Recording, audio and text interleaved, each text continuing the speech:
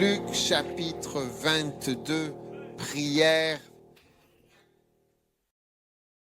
séminaire des Fidji. Point numéro 5. Et c'est que prière est une opportunité de riposter. C'est une opportunité de riposter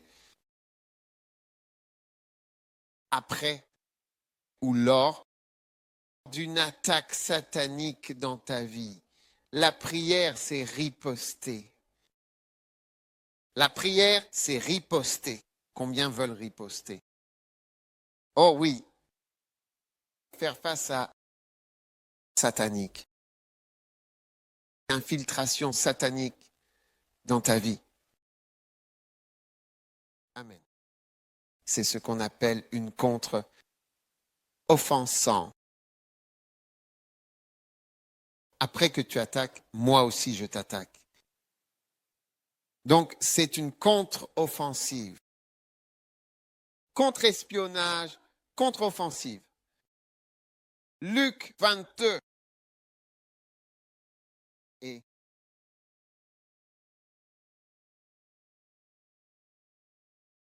le Seigneur a dit au verset 31, maintenant avant le verset 29 ou le verset 28, c'est vous, c'est Pierre, Jean, Jacques, Matthieu, Marc, Luc et les gars, l'équipe, Thaddée et les autres, chers et fidèles amis. C'est bien vous qui êtes restés avec moi dans toutes mes épreuves jusqu'au bout. Amen. C'est vous qui êtes restés avec moi dans mon épreuve. Vraiment. Très. Eh bien, alors, verset 29. Et je vous confère un royaume. Et comme mon Père m'a confié un royaume, afin que vous mangiez et buviez à ma table dans mon royaume, et que vous soyez assis sur des trônes pour juger les 12 tribus d'Israël. Grande responsabilité, grande opportunité, tout le monde dit, grande nomination, grande récompense. Jésus a dit, vous êtes ceux qui êtes restés avec moi dans mes épreuves. Préparez-vous à recevoir vos grandes récompenses. Puis il s'est tourné et il a vu Pierre. Juste après avoir prononcé ces promesses fantastiques, il a vu Pierre et a dit, « Oh, je t'avais oublié. Je t'ai oublié. Tu n'es pas inclus? » Oui. Parce que Satan a désiré t'avoir à ma place. Mais regarde cela, s'il te plaît. Satan a désiré t'avoir. Satan veut, je t'ai, mais Satan te veut. Waouh. Alors, quand il disait aux gars au verset 30, regarde bien le verset 30, il leur disait ceci, et c'est important de le noter. Vous allez manger et boire à ma table. Vous serez des grands à ma table, et vous siégerez sur des trônes. C'est bien cela qu'il leur a dit, qu'ils auraient une place à sa table, qu'ils seraient considérés comme des grands, et qu'ils siégeraient sur des trônes. Des trônes. Waouh. Et les disciples étaient tellement heureux, ils applaudissaient. Peux-tu imaginer 12 personnes en train d'applaudir? Puis il s'est tourné, et il a vu Pierre. Il a dit, « Ah, je t'ai oublié, j'ai oublié ton cas. » Et puis il a vu le cas de Pierre. Et regarde ce qu'il a dit à Pierre. « Simon, Simon, homme ambivalent, un homme qui n'est jamais clair sur ce qu'il défend. » Hein? Satan a désiré t'avoir, alors qu'en réalité, c'est moi qui t'ai. Écoutez, vous qui pensez que ces paroles ne concernent que Pierre, vous vous trompez lourdement. Réfléchissez-y bien à nouveau. Si vous pensez que c'est seulement Pierre que Satan désire avoir, alors vous ne connaissez pas le diable. Un diable n'a aucun respect pour les limites. En fait, le fait de franchir certaines limites, un certain niveau d'irrespect, c'est caractéristique d'une action satanique dans votre vie. Comme s'il n'y avait aucun respect. Vous voyez, lorsque Ruben est allé dans la chambre de son père pour coucher avec la femme de son père et qu'il a dit à la femme de son père, « Maman, écarte les jambes, je veux manger les pommes que papa a mangées. » Et c'est justement pour cela que Ruben a été maudit. Satan est connu pour n'avoir aucun respect, surtout le mot respect. Quand vous voyez quelqu'un qui est impoli et qui n'a aucun respect, vous êtes en train de regarder des personnes qui sont démoniaques dans leur nature même parce qu'elles n'ont aucun égard pour les limites. Et voici Jésus. Quand ils vont, la façon dont ils ont fouetté Jésus complètement alors qu'ils savaient qu'il était le Fils de Dieu, oh! Je veux dire, ils les ont obligés à le battre. Honnêtement. Comme s'il n'y avait aucun égard, aucun respect. C'est comme s'ils t'attrapent.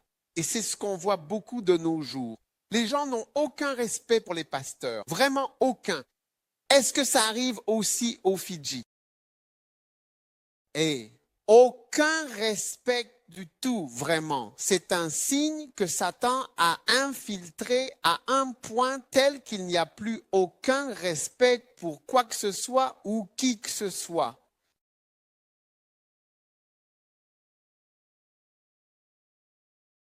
Je veux dire, Satan veut avoir l'un des disciples. Le disciple que Jésus a choisi comme son chef, n'est-ce pas? Celui que Satan, je veux dire, pourquoi ne pas prendre Thomas ou Thaddée ou un de ces autres gars? Tu as vu celui qui a été désigné comme le chef? C'est lui que tu veux. Totalement. Vraiment, c'est trop. On voit bien que Pierre est particulièrement précieux pour Jésus. C'est bien lui, c'est certain, que tu as pris la décision d'attaquer. Et c'est lui que tu veux. Je veux dire, écoute, il a dit qu'il voulait t'avoir. Pourquoi?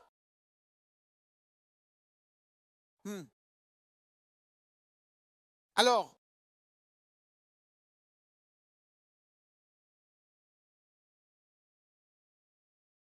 afin qu'il puisse vous passer au crible comme le blé. C'est-à-dire, il va vous secouer comme ça jusqu'à ce qu'il ne sorte de vous que de tout petits morceaux. Ça s'appelle Humpty Dumpty. Humpty Dumpty était assis sur un mur. Humpty Dumpty a fait une grande chute, Tous les chevaux du roi et tous les hommes du roi n'ont pas pu recoller Humpty Dumpty.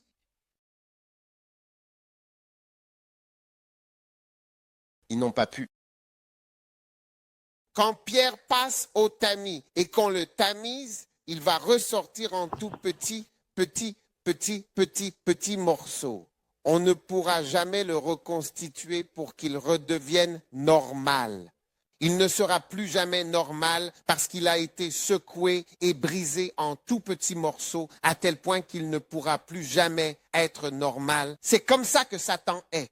Charlie, ce type est vraiment méchant, hein? Ceux d'entre vous qui servent Dieu à moitié, il vaut mieux que vous compreniez que l'ennemi, quand il vous attrape, eh bien, il ne va pas vous ménager juste parce que vous êtes pasteur ou qu'il doit avoir du respect pour vous. Et vous savez, ce sont les disciples de Jésus, ceux avec qui il a été pendant 3 ans. Donc, tu sais, même si je veux m'en prendre à l'un d'eux, il faudrait que je m'en prenne, je veux dire, peut-être à l'une des femmes qui suivaient Jésus dans Luc chapitre 8, verset 2. Regardez Luc chapitre 8, verset 2.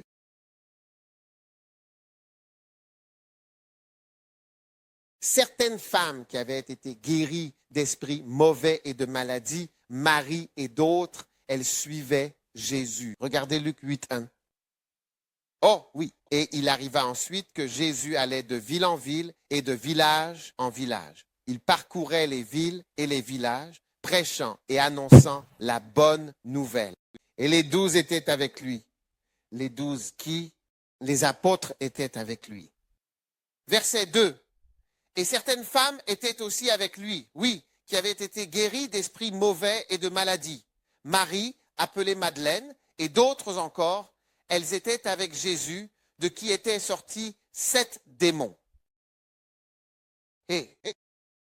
Verset 3, et Jeanne, il a mentionné des noms parce que nous connaissons les noms des disciples, mais des apôtres, mais nous ne connaissons pas les noms des femmes. Alors il mentionne Jeanne, Suzanne et beaucoup d'autres sœurs qui le servaient. Pendant qu'ils avançaient, elles le servaient.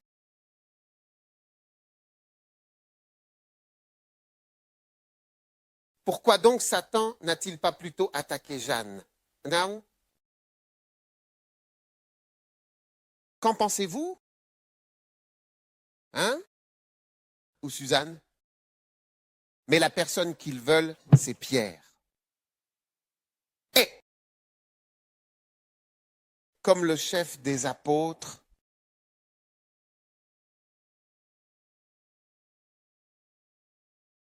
c'est fou. Satan est-il mauvais? Très mauvais. Satan, mauvais? Très mauvais. Les gens pensent qu'Adam et Ève, Adam était le premier pécheur. Non, le serpent était déjà un pécheur dans le jardin. Vous voyez? Il est clair, vraiment clair, que nous ne sommes pas les premiers ici. Car au commencement, Dieu créa les cieux et la terre. Oui, les cieux, absolument tous les cieux, puis la terre. Il mentionne toujours la terre séparément, parce que nous savons que Jupiter a 58 lunes. Oui, 58. Certains d'entre eux sont plus grands que la terre, comme Europe et d'autres. Elles sont plus grandes que la terre. Ce sont les lunes de Jupiter. Il y a beaucoup de planètes et certaines d'entre elles sont dans l'obscurité. Nous ne pouvons pas les voir. Quant à l'existence de quelque chose avant nous, eh bien, les preuves sont bel et bien là. Oui. Qu'est-ce qui a bien pu faire disparaître ce monde? Hein? Et la Bible nous dit clairement dans 2 Pierre 3 et aussi dans 2 Pierre chapitre 2 qu'il est dit que le monde d'alors a été détruit par un jugement cataclysmique qui a provoqué l'inondation de toute la terre. C'est pourquoi la terre a été recouverte d'eau et cela a provoqué des volcans, des tremblements de terre et la division de la terre. C'est pourquoi on voit que l'Afrique s'emboîte avec l'Amérique du Sud, l'Australie et ainsi de suite. Elles s'emboîtent, toutes les îles, on peut voir que les Fidji, elles s'emboîtent dans quelque chose. Elles ont toutes été brisées. Il y a eu un jugement cataclysmique soudain qui s'est abattu sur la terre et toute vie a pris fin. Il y a 3 jardins d'Éden dans la Bible. 3 jardins d'Éden. Oh oui. 3. Celui dans lequel Adam se trouvait en est un. Et celui dans lequel Lucifer était, dans Ézéchiel, tu étais en Éden. Oui, ce n'est pas celui-ci. C'en est un autre. Vous me suivez? Oh, oui. Oui. Satan est très mauvais. Et à cause de ces jugements, en fait de ces jugements sévères, il a été jeté dans ce monde. Comment, me demanderez-vous, sais-je qu'il a été jeté ici? Et cela faisait partie du jugement, un jugement cataclysmique. Vous souvenez-vous qu'une fois, Jésus était avec ses disciples et il a dit, j'ai vu Satan tomber du ciel. Quand l'a-t-il vu? Il a vu quand il est tombé. C'est quelque chose qu'il avait vu auparavant. J'ai contemplé Satan tomber du ciel. Donc, son arrivée sur la terre dans les ténèbres, la Bible dit, les anges qui n'ont pas gardé leur premier état, il les a gardés dans les ténèbres. Donc, ils sont ici. Cet endroit est aussi appelé les ténèbres. N'as-tu pas oublié Colossiens 1? Il est dit qu'il nous a transportés du royaume des ténèbres au royaume de son Fils bien-aimé. Oui, il nous a sortis, nous, des ténèbres et nous a sauvés. Donc, il y a des ténèbres dans ce monde. Donc, le salut. En fait, nous sommes juste entre nous. Et puis, il y a un domaine appelé les ténèbres. La puissance des ténèbres. Jésus a dit, c'est votre heure et la puissance des ténèbres. Oui. Donc, le domaine des ténèbres tout autour. Jésus a dit, je suis la lumière de ce monde parce que c'est un endroit très sombre. C'est là où Satan est tombé. Je l'ai vu tomber du ciel. Satan a été chassé du ciel vers la terre. Il est venu sur terre très en colère. Vous êtes là? Nous sommes là. Maintenant, il y a comme un rideau noir et derrière ce rideau se trouvent des créatures. Elles sont là, derrière ce rideau, et elles te regardent. Tu sens leurs regards, ces regards venus de leurs yeux jaunes, des yeux jaunes qui restent fixés sur toi.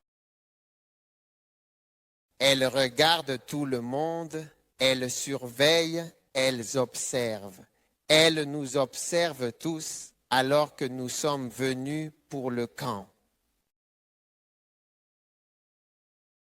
Et Hé. une fois, je regardais des lions au Botswana. Et non, je n'étais pas au Botswana, mais les lions étaient au Botswana et moi, je les regardais à la télévision.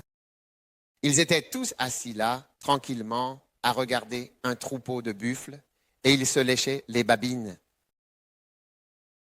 La Bible dit, le diable est comme un lion rugissant. Il est assis là et il se lèche les babines. Alors, il a regardé Pierre, et il a commencé à se lécher les babines. Il a dit, celui-ci est mon prix. Celui-ci est mon prix. Je veux le chef. Je veux abattre celui-là. Oui. Oui, je vais en finir avec lui, la tête du groupe. Ouais, quand j'en aurai fini avec la tête, j'en aurai fini avec les autres. C'est pourquoi les séparatistes sont soumis à une forte pression. Un jour, j'ai joué au golf avec Yoon Gi-Choo et nous étions sur un trou, mais il n'y avait que lui et moi. Et je l'ai remercié de m'avoir inspiré à jouer au golf. Et il a dit, les pasteurs sont soumis à beaucoup de stress, mais ils ne se rendent même pas compte du stress qu'ils subissent. Et c'est pour cela qu'il joue au golf et que son médecin, un médecin japonais, lui a dit, tu ajouteras 10 ans à ta vie si tu joues au golf. C'est pour ça qu'il a commencé à jouer au golf. Hey. Hé. Tu m'écoutes? Alors, Satan regarde tout le monde avec ses yeux brillants. Il les fixe un instant, puis il dit, maintenant, la façon dont les lions se comportent, ce n'est pas vraiment comme ça que Dieu les a créés. Non.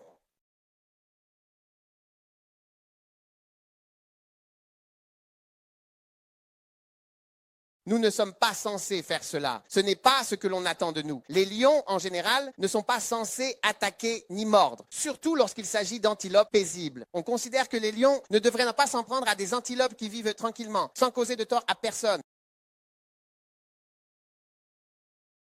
Hein? Est-ce que c'est un reflet des démons qui sont même entrés dans ces animaux? Regarde Genèse 1, 29. Voyons si c'est le bon verset.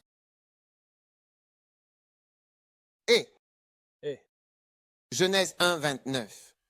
Et voici, je vous ai donné toute herbe.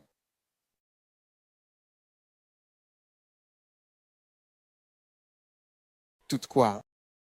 Herbe. Herbe portant semence, qui est sur la surface de toute la terre, c'est-à-dire l'herbe qui porte des graines et qui se trouve répandue sur toute la surface de la terre. Et quoi? Tout arbre, et dans lequel se trouve le fruit d'un arbre portant semence, c'est-à-dire tout arbre dont le fruit contient une semence, cela sera pour vous comme nourriture, c'est-à-dire que ces arbres et leurs fruits vous serviront d'aliment comme nourriture pour vous.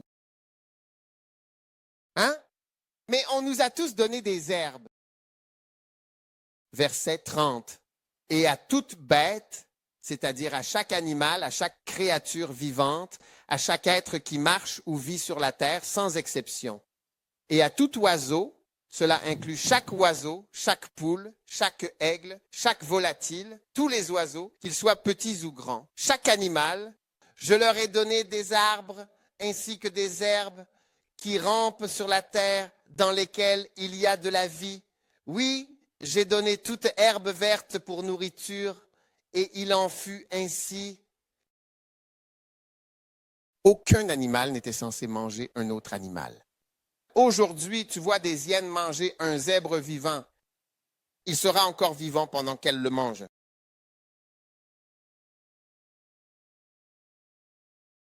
Et tu penses que chaque animal qui est fait pour manger du sang doit manger du sang. Ce n'est pas vrai. En commençant par le moustique, je veux commencer par le mousse. Je vais te faire parcourir toute la gamme des animaux, mais je pense qu'on n'a pas le temps pour ça.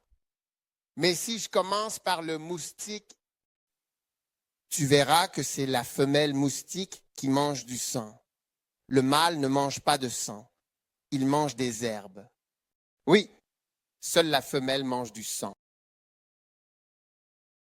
Tu vois, rien que cela te montre que chaque animal a la capacité de manger des herbes. En commençant, laisse-moi commencer par le moustique avant de descendre jusqu'au lion. Et je te le prouverai à chaque niveau. C'est vraiment vrai. Oui, je vais juste commencer par le moustique. C'est la femelle moustique anophèle qui boit du sang. Eux, leurs maris ne mangent pas de sang. Amen. Oui. Le mari ne le fait pas. Ce n'est pas qu'il ne peut pas survivre. Il ne mange tout simplement pas de sang. Ils sont végétariens, mais les femelles mangent du sang.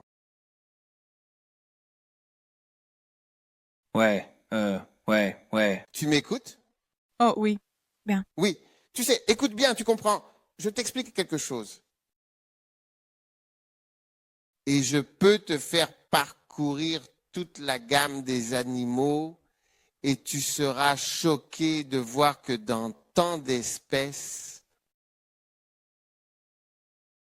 si tu veux, je vais juste, je vais finir avec quelque chose qui vole. D'accord. Oh, eh bien, oui.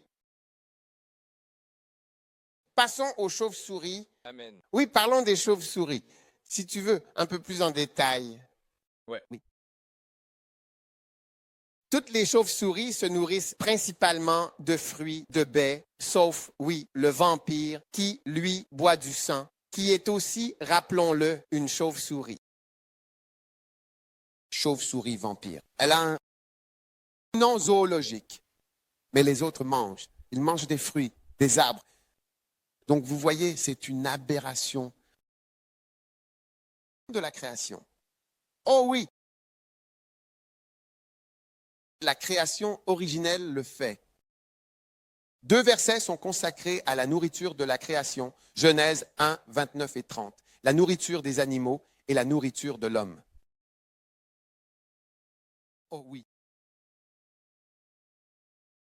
Pourquoi la femme boirait-elle du sang alors que le mari mange des herbes?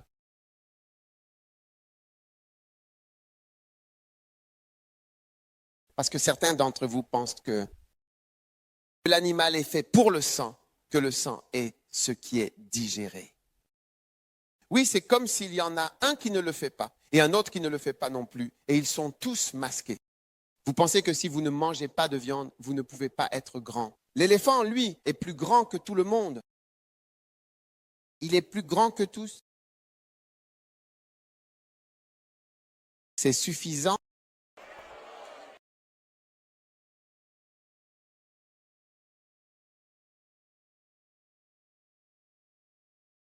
Donc, ces déformations que vous voyez, elles confirment toutes.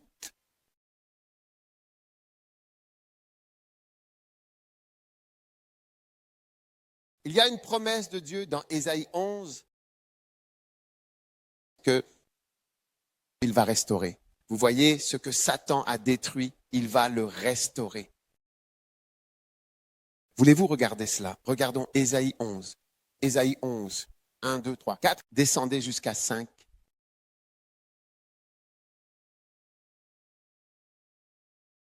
La justice sera la ceinture quand le Seigneur viendra. Verset 6. Et puis, le loup habitera avec l'agneau. Vous ne voyez jamais l'agneau comme sa nourriture.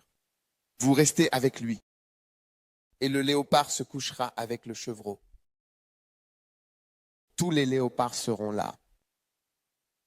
Oui. Non. Et le veau, le lionceau et la bête grasse ensemble, et un petit enfant les conduira. Il n'a jamais été prévu que nous ayons même peur des animaux, ni que les animaux soient ainsi. Nous parlons du jugement et de la présence de quelque chose qui a provoqué un jugement cataclysmique sur ce monde de toute façon. Donc ce diable, tout comme il a pris pour cible la création de Dieu, vous voyez, il vous a ciblé. Et Jésus le savait. Et il connaît le manque de respect du diable. Et le diable va récolter. Si tu es irrespectueux, tu seras abaissé. Ta honte sera très grande. Tu le récolteras. Et Satan est déchiré. C'est pourquoi il est bas, déchu, sombre, rejeté. Toute la race humaine le rejette. Même dans certaines religions. Tu vois que lorsqu'ils crient contre Satan, ils savent que le diable est le diable. Ils crient contre lui. Ils lui jettent des pierres. Et il t'a regardé et il dit, toi cette année, ce que je vais te faire cette année, tu verras.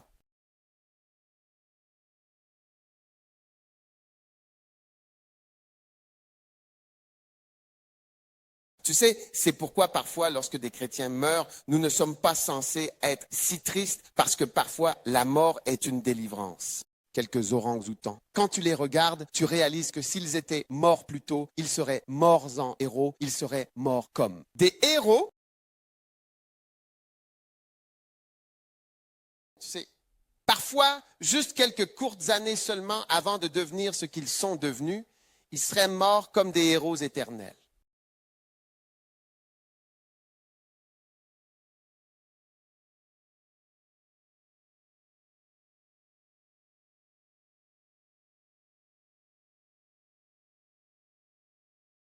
Alors, le diable te regarde et veut t'achever. Regarde ce que Jésus a dit. Et même la vache et l'ours se nourriront. Tu vois cet ours. Aussi, certains mangent des fruits. Ils ont des dents pour mordre, mais ils mangent des fruits. Et peut aussi manger un être humain. Donc, toi et personne d'autre n'êtes fait pour le sang. Quoi qu'il en soit, continuons. Le lion va manger de la paille comme cela avait été prévu.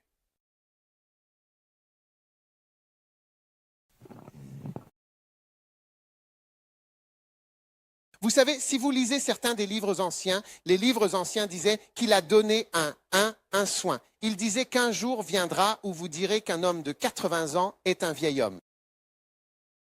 Impensable qu'un homme de 80 ans soit un vieil homme. À 80 ans, tu n'as même pas commencé à avoir des enfants. On commence vers 500 ans. Comme en ce moment, vous êtes vraiment, tu es minuscule. Vous êtes des nouveau-nés. On commence à avoir des enfants à 400 ans. Donc, Satan à l'œil, revenez à Luc 22, là où nous étions tout à l'heure, verset 30. Satan a désiré vous avoir afin de vous réduire en poudre. Mais qu'a dit Jésus? Comment contrecarrez-vous cela? Comment contrecarrez-vous ce que Satan fait contre vous cette année? Comment le surmontez-vous? Voulez-vous savoir comment le surmonter? Oh oui. Jésus a dit, oh, verset 31, Satan a décidé de vous avoir. Alors, qu'a dit Jésus? Verset 32, mais j'ai prié. Mais j'ai fait quoi? Priez. J'ai pris mon petit déjeuner, mais j'ai déjeuné, mais je suis allé à l'école où j'ai obtenu mon diplôme. J'ai fait un investissement à la banque. Je suis allé payer mes impôts. Non, mais j'ai prié. Donc la prière est l'arme antagoniste directe. Vous savez, parfois, quand des gens veulent se suicider, ils prennent des comprimés qu'ils ne devraient pas prendre. Quand j'étais à la faculté de médecine, vous savez, si vous apprenez bien votre médecine, nous savons quoi prendre si quelqu'un prend tel ou tel médicament. Vous voyez ce que je veux dire? Oui, par exemple, si quelqu'un, je ne vais pas vous donner d'idée, d'accord? Laissez-moi ne pas vous donner d'idée. Mais si quelqu'un est empoisonné par quelque chose, nous avons ce qui le combat. Donc, vous voyez que parfois, dans certains cas, il peut arriver que quelqu'un prenne beaucoup d'un certain type de comprimé. Mais les médecins, eux, ont à leur disposition tout ce qu'il faut pour neutraliser ce que la personne a effectivement pris. Vous me suivez? Oui. Oui. Alors, un jour, j'ai regardé un film. Il y avait un homme en Inde, il travaillait dans une rizière. Il montrait quelque chose à propos des serpents. Alors que l'homme était en train de se pencher pour travailler dans la ferme, soudainement, il a senti quelque chose de pointu dans la région de la jambe. Il y avait un cobra dans la rizière parce que les souris, les rats viennent manger le riz et les serpents viennent manger les rats. Donc les serpents sont dans l'eau là où ils vont travailler sur le riz. Vous comprenez le problème? Oui. Oui. Oui. Donc l'homme était dans l'eau avec... vous savez que le riz pousse dans l'eau. Il essayait de travailler sur le riz et puis il a senti quelque chose de pointu. Tu sais ce qu'il a fait? Dès qu'il a senti la chose, il est immédiatement sorti de l'eau, a soigneusement posé ses bottes, ou peu importe ce qu'il portait aux pieds à ce moment-là, puis s'est mis à courir aussi vite qu'il le pouvait. Il doit parcourir une distance d'environ 30 kilomètres, voire même un peu plus, pour atteindre l'hôpital le plus proche. Parce ils savent que ce sont des cobras. Ceux qui sont dans l'eau, ce sont des cobras, et ils ont un antidote spécial, antivenin. Le venin du cobra, il existe un médicament, un produit appelé antivenin spécifique du cobra. Ce médicament neutralise le venin du cobra. Il agit contre le venin du cobra. Lorsque nous ne savons pas exactement quel serpent vous a mordu, nous utilisons un antivenin polyvalent. Donc en Afrique de l'Ouest, nous avons un antivenin pour les espèces ouest-africaines. Et puis, madame, si c'est en Afrique de l'Est, en Afrique australe ou en Inde, nous avons des antivenins adaptés aux serpents de ces régions. Car en Afrique australe, par exemple, il y a le mamba noir qui n'est pas si courant en Afrique de l'Ouest. Et ils ont aussi le cobra du Cap. Vous comprenez? Et puis, oui, les cobras du Cap, ils en ont là-bas. Mais en Afrique de l'Ouest, nous avons la vipère du Gabon qui présente un motif incliné sur le dessus. Oui, elle est courte, très courte, mais grosse et pleine de venin. Donc, nous avons exactement ce qu'il faut pour neutraliser le venin. Et Jésus savait, avec une certitude absolue, exactement comment neutraliser le serpent qu'il connaissait depuis toujours. Prêchez. C'est ce vieux serpent dans le jardin qui, selon le livre de l'Apocalypse, s'est transformé en dragon. C'est vrai. Prêchez. Le serpent dont vous ne vous occupez pas dans le livre de la Genèse, dans le livre de l'Apocalypse, il s'est transformé en dragon.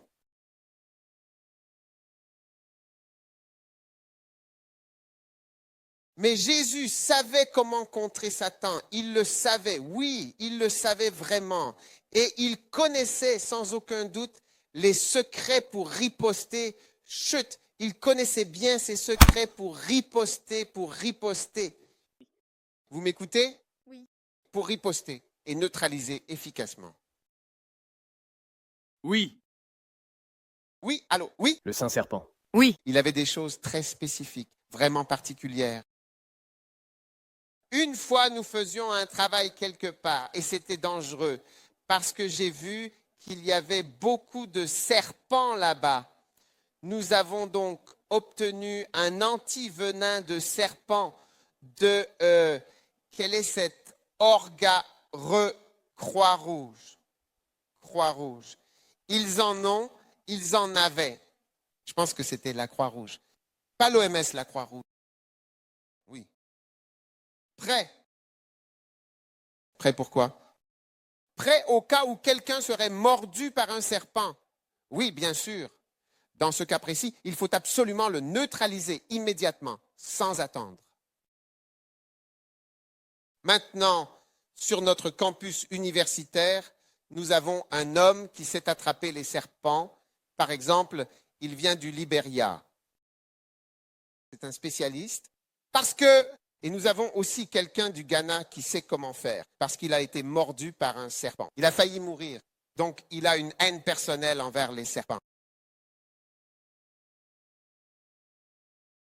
Alors, frères et sœurs, mes chers amis, Satan vous a réclamé.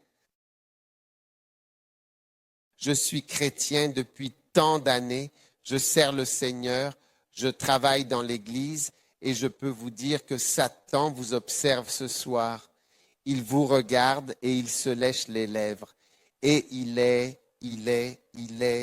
et vous savez, il doit vous surveiller pendant un certain temps pour voir comment vous êtes et pour savoir sous quel angle vous attaquez. Et pour vous tromper. Donc parfois, ce qui se passe, c'est que les lions arrivent et chargent les buffles ou les antilopes pour les faire courir. On pourrait penser qu'ils sont tellement intelligents qu'un lion va aller attendre ici, puis les autres arrivent de l'autre côté pour les faire tous courir. Quand ils courent, ils vont rencontrer l'autre là-bas. Comme s'ils avaient eu une discussion. Ils ne parlent pas, mais ils ont une discussion. Je crois qu'avant leur chute, ils parlaient. Je suis sûr qu'avant leur chute, tous les animaux parlaient. Parce que la chute et la malédiction ont apporté des changements. Avant, une femme n'avait pas de mal à accoucher. C'était très facile. On pouvait simplement parler, donc tu disais juste, je vais accoucher dehors dans le couloir, puis tu revenais tout de suite. Oui, tu disais juste, je reviens dans quelques minutes. Oui. Attends une seconde, je vais juste accoucher et je reviens. Mais maintenant, ce n'est plus comme ça. Il y a eu un changement dans le corps de la femme.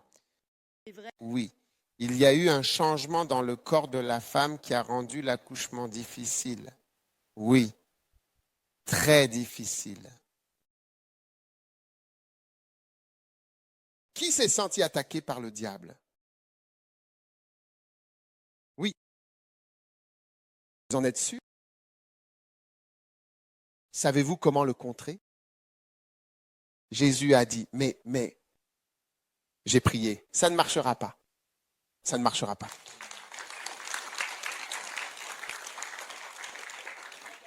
Donc, si vous ne priez pas, ça ne marchera pas. Ne priez pas, ça marchera.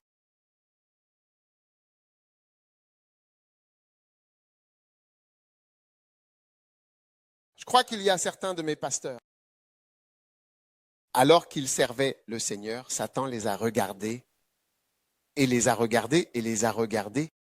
Il a dit, cet homme. Mais vous voyez, il doit y avoir quelque chose en vous pour que le diable décide. On ne peut pas juste décider comme ça. Regardez, les buffles, il y en a de différents types.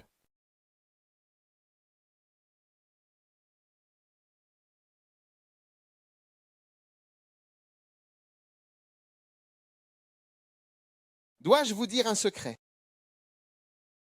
Non, c'est un secret que vous ne pouvez connaître qu'en allant au Kenya. Voulez-vous connaître ce secret que l'on ne peut découvrir qu'en allant au Kenya? Vous êtes sûr de vouloir savoir?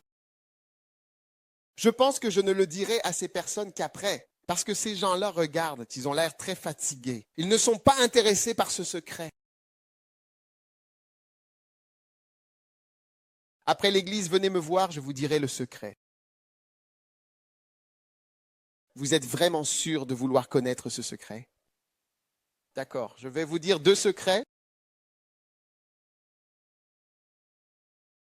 Ceux d'entre vous qui regardent la télévision. Un jour, j'étais au Kenya dans une voiture de safari. Avez-vous déjà vu ces voitures de safari qui sont ouvertes? Vous y irez bientôt en vacances. Et pour vacances. Oui. Avez-vous des lions aux Fidji? Oui. Vous ne pouvez pas en avoir, Dieu nous en garde. Alors, quand nous roulions, nous avons vu un troupeau de antilopes. Beaucoup. Et j'ai juste regardé. J'ai même détourné les yeux. Quand j'ai regardé, j'ai juste ramené mon regard. Mais l'homme qui conduisait la voiture a dit, regardez-les. Et voyez, il n'y a qu'une seule antilope qui a des cornes. Toutes les autres antilopes n'ont pas de cornes. Alors j'ai dit, vraiment? Alors j'ai regardé et c'était vrai. Toutes les antilopes, une seule avait des cornes. J'ai dit, c'est le mari. Celles-ci sont les épouses. Oui. Oui. Un mari, plusieurs épouses. La polygamie existe dans la vie sauvage.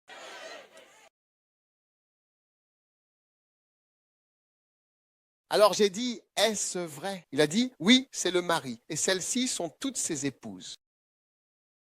Alors, quand nous avons continué, après environ 50 mètres, 100 mètres, 200 mètres, j'ai vu un groupe, un petit groupe avec des cornes. Il a dit, ce sont des maris potentiels, des hommes sans épouse, tout simplement. Oui.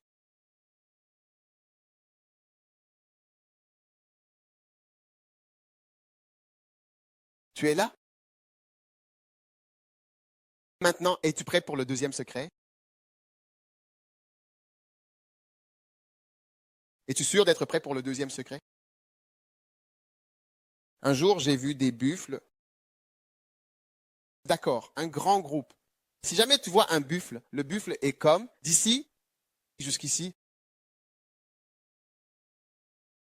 Comme, oui, quelque chose comme ça. Jusqu'à ton dos ici, comme la scène, c'est énorme et effrayant. Ils sont très dangereux, très, très dangereux. Donc quand les lions essaient de les manger, ils les étudient attentivement. Maintenant, c'est comme ça que tu es. Tu es comme un buffle. Tu es très dangereux pour le diable.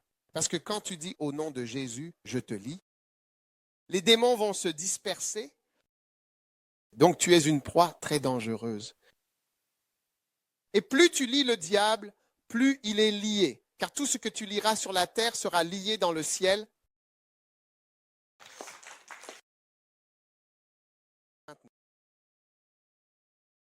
Un jour, j'ai vu vraiment un buffle se faire dévorer par des lions. Et tu sais quoi? L'homme a dit, il a révélé un secret qui m'a choqué. Quel buffle a été choisi?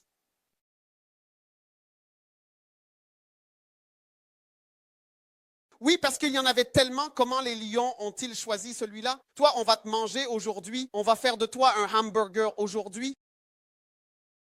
Eh, combien veulent savoir comment? Parce que c'est aussi une révélation sur la façon dont le diable te choisit quand il veut t'anéantir. Je pense que j'irai en Chine pour partager cela avec les gens là-bas. Oui, parce que quand j'irai en Chine, ils me comprendront mieux. Un jour, à un moment donné, un jour.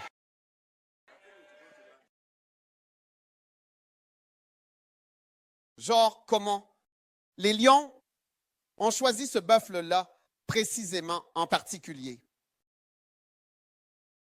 Tu veux savoir comment? Parce que cela révèle aussi lequel.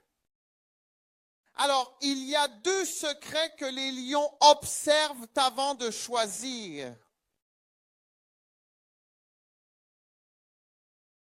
Donc, pendant que l'homme mangeait, que les lions mangeaient, L'homme a dit, il y a deux choses à propos de celui qu'ils sont en train de manger. Premièrement, c'est un repas. Oui, c'est toujours un repas qu'ils mangent. Oui, c'est ce que je te dis. C'est une révélation. Oui, c'est un secret. Il a dit, c'est un mal. Toujours. Et tu sais pourquoi c'est un mal? Combien veulent savoir pourquoi? Comment les lions choisissent-ils ce mal? Vous voulez savoir? Les lions choisissent le mal parce que tous ces nombreux buffles que vous voyez, ce sont toutes des femelles. Avec un seul mari également. Oui.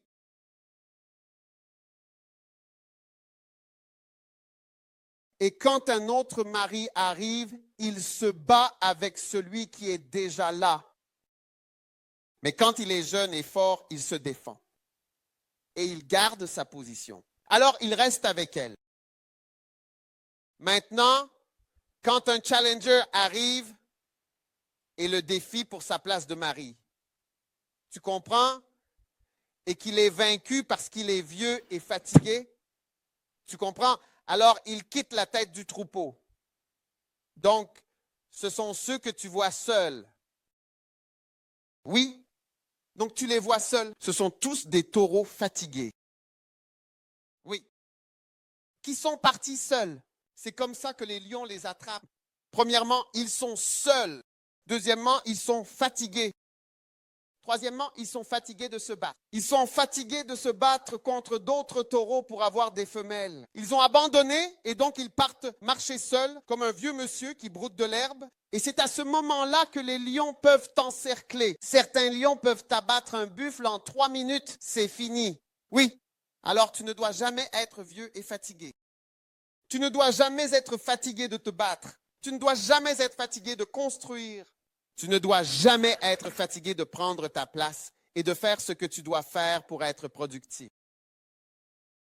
Parce que aussitôt que cela, les lions remarquent, ah, regarde celui-là, il est seul. Et tu vois, parfois je me demande toujours pourquoi celui-ci est seul. Parce que quand ils sont ensemble, tu ne peux pas les manger. Quand ils sont ensemble, tu ne peux pas les manger. Pourquoi ce gaz est-il seul? Il est fatigué de se battre et vieux. C'est pour cela que Dieu ne veut jamais que nous soyons vieux. Tu dois servir Dieu et faire attention. Tu dois rester jeune et plein de jeunesse, jeune dans le ministère. Toujours. C'est pourquoi il dit qu'il veut une église sans tache, sans ride. Alors, les gens qui sont tellement préoccupés par le fait d'être dignes, plein de dignité, honorables, à la manière d'un révérend, je veux dire, tu sais, la noblesse, la dignité, la respectabilité, l'autosatisfaction.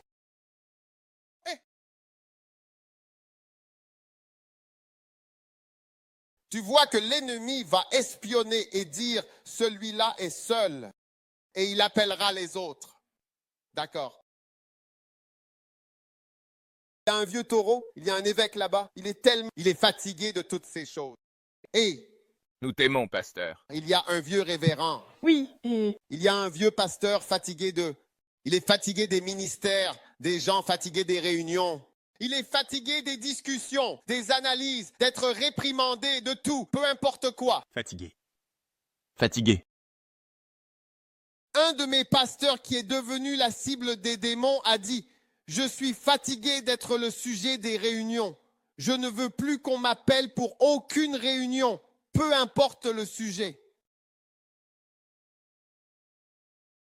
Et les démons peuvent voir que tu es fatigué. C'est pourquoi je ne crois pas au fait d'être fatigué.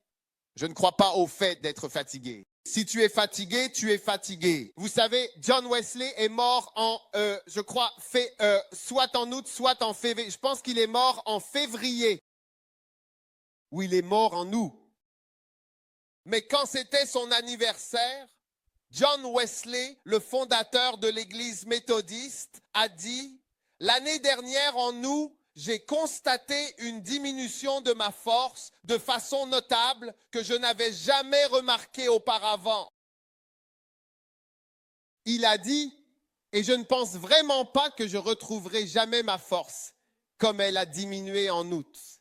Il a écrit cela en février. C'était son 88e anniversaire. Il a dit, je n'ai jamais ressenti de diminution. Il n'est jamais tombé malade. Vous voyez, quand votre force s'en va et que vous n'êtes plus capable de travailler, de vous battre, de courir ou quoi que ce soit, c'est en fait le signe que c'est fini. Non. Oui. Il n'est jamais tombé malade, mais il a remarqué un changement. Il n'avait plus l'énergie de se battre comme avant. Et il a dit que cela avait commencé en août l'année précédente. Il l'a écrit dans son journal, le journal de John Wesley. Vous pouvez aller le lire. Il a dit, j'ai remarqué un changement et une diminution de ma force. C'est pourquoi nous ne devons jamais nous fatiguer dans ce travail. Et Satan connaît les taureaux fatigués. Il connaît ceux qui sont fatigués des réunions, fatigués des combats, fatigués des réprimandes. Il a dit, eh bien, ceux qui disent, quand serai-je enfin reconnu ou félicité? Chaque jour, il y a une réunion pour discuter de mes défauts. Quand serai-je loué dans cette église? Oui, tu ne te rends pas compte que tu es devenu un vieux taureau et les yeux brillants, les yeux verts, jaune-vert des démons, puis ils commencent à se lécher les lèvres. Tu vois, il y a des gens qui ont des signes sur les lèvres comme s'ils essayaient de t'attirer sexuellement. Le diable aussi te regarde de cette façon. Toutes ces choses que tu penses être simplement des choses qui arrivent. Tu vois, la très longue langue du chien est sortie. Il s'imagine savourer ta chair, comment il va t'avaler. La façon de contrer Satan et de neutraliser ce que Satan a prévu pour toi, je te le dis, je te le répète, ceux qui sont dans la fausse humilité et la dignité, qui essaient d'avoir l'air noble, qui veulent paraître dignes et nobles, je te le dis, tu verras par toi-même. Même toi, regarde les jeunes ici, regarde-les bien, observe les jeunes ici, regarde-les, regarde bien les jeunes ici. Tous les jeunes ici qui écoutent, ils sont différents des plus âgés. Oh oui. Ce côté-ci a des personnes plus âgées. Ce côté-ci a des personnes plus âgées. Mais ce côté-là a des personnes plus jeunes. Et vous, j'ai plus envie de prêcher de ce côté. L'onction coule davantage de ce côté. Allez. Prêche. Prêche. Ce côté-ci a de la dignité, Oui. de la noblesse, Oui. de la respectabilité. Oui, oui, oui. Oui.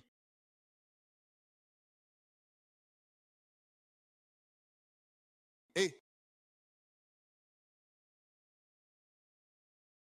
alors quand vous êtes maintenant trop fatigué, et je vais vous dire, beaucoup de personnes dignes, nobles, pleines de respectabilité ne savent pas prier. Quand ils disent « prions », ils sont trop nobles pour de telles prières.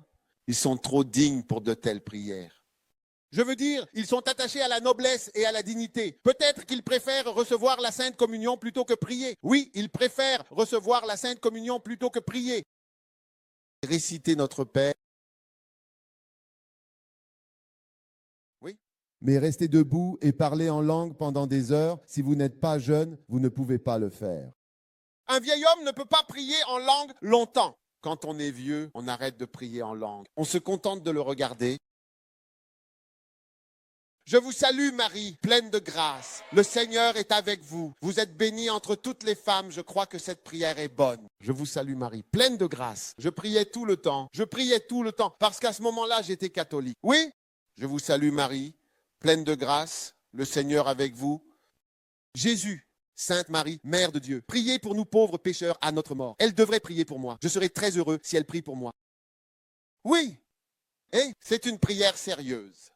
Notre Père aux cieux, que ton nom soit sanctifié, j'y crois.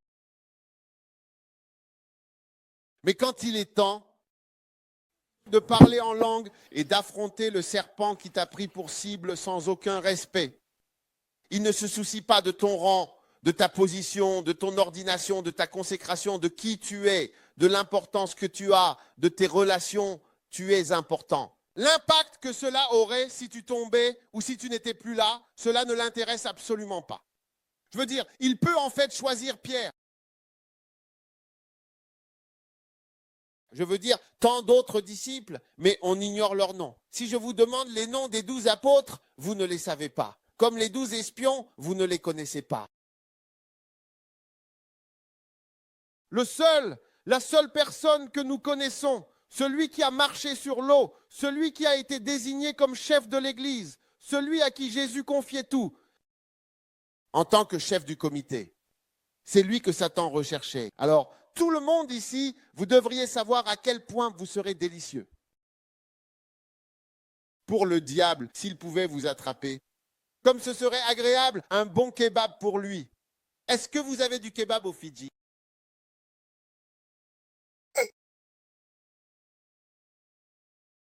Et alors décider de ne pas être un vieil homme, eh bien, un vieux taureau, incapable de se lever ni prier, incapable de parler en langue. Certains d'entre vous, quand nous prions, nous parlions en langue. C'était comme si votre bouche avait été cousue avec une aiguille et du fil. Oui, c'était comme si votre bouche avait été cousue avec une aiguille et du fil. Comme si elle avait été collée ensemble. Je vous aime. Eh, qu'est-ce qu'il se passe honnêtement? Je veux dire, on vous a cousu les lèvres ou quoi? Vraiment? Qu'est-ce qui se passe? Quand vous allez embrasser un garçon, vous ouvrez la bouche.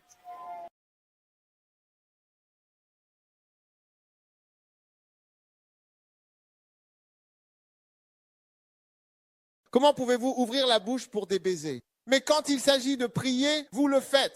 Pourquoi n'avez-vous pas gardé cette bouche fermée pour les baisers? Quand ils s'embrassent, vous dites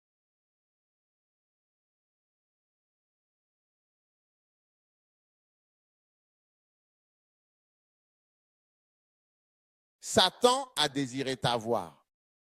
Moi, je t'ai choisi. Maintenant, il veut ce que j'ai choisi. Vous devez toujours vous rappeler la signification de l'antéchrist. Combien veulent connaître la signification de l'antéchrist? Beaucoup de gens ne connaissent pas la signification de l'antéchrist. Êtes-vous sûr de vouloir le savoir? Oh, je devrais aller en Chine, parce que cette Chine, on dirait, il faut que j'y aille. Voulez-vous vraiment connaître la signification de l'antéchrist? N'êtes sûr? L'antéchrist, c'est aussi une révélation. Qu'est-ce que cela signifie? Cela signifie opposé à et à la place d'eux. Oui, oui, à ta place. Donc à la place du Christ. Et opposé au Christ, oui. Et en réalité, les deux ont exactement le même effet. Quand tu t'opposes au Christ, il y a une différence lorsque tu mets autre chose à la place du Christ. Cela a aussi le même effet, mettre le Christ de côté. Donc, lorsque Satan te combat, il cherche véritablement à s'opposer à toi et à mettre autre chose à la place du Christ dans ta vie. Oui. Tu dois apprendre à riposter. Écoute, pour moi, quand j'ai lu ce verset, quand mes yeux se sont posés sur ces mots et que j'ai pris le temps de bien les lire, je me suis dit à ce moment-là, très clairement, je n'ai plus jamais besoin de savoir quoi faire pour riposter face à Satan. Il n'y a qu'une seule chose. Je n'ai pas besoin d'une autre révélation. Ce que j'ai compris, c'est que peu importe ce que fait Satan, la manière de combattre, de contrer ou de neutraliser le venin, c'est de prier. Parce que c'est ce que Jésus a fait. Quand Satan s'est acharné contre Pierre, Jésus n'avait alors qu'une seule chose pour l'arrêter, le contrer, le neutraliser, l'annuler, le ramener vraiment à zéro. C'était de prier. Il a dit, mais j'ai prié. Je sais quoi faire pour changer les choses et pour neutraliser cela. J'ai prié.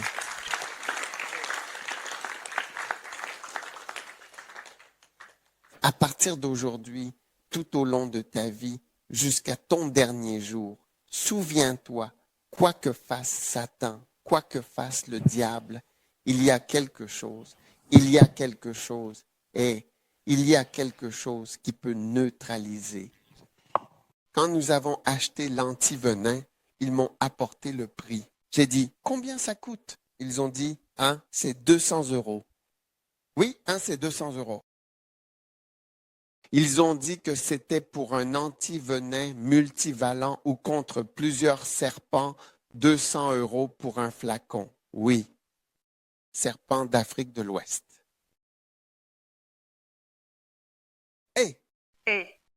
Je me suis demandé, est-ce que ça en vaut la peine? Et j'ai dit, oui, ça en vaut la peine. Parce que si un serpent mord quelqu'un, nous n'avons pas de solution. Oui. Tu t'assois et la personne va mourir devant toi. Alors j'ai dit, ça en vaut la peine. Je leur ai donné un nombre et nous le gardons au réfrigérateur. Oui, juste au cas où on ne sait jamais. Donc, au cas où jamais, tu es attaqué par le diable, quel antivenin vas-tu utiliser? La prière. La prière. Quel antivenin vas-tu utiliser? La prière. La prière. N'oublie pas, Lève simplement la main et dis « Femo teba ko le mama paramadosa pazeno delema panataliram dan laba ». Au nom de Jésus, je prie. Et à mesure que tu pries, et que tu pries, et que tu pries, alors cela contrera les œuvres du diable. Que Dieu te donne la sagesse et la grâce pour vaincre l'ennemi tout au long de ta vie. Au nom de Jésus, offrez au Seigneur une offrande d'applaudissement et poussez un cri de Alléluia. Wow. Ouais, et de louange.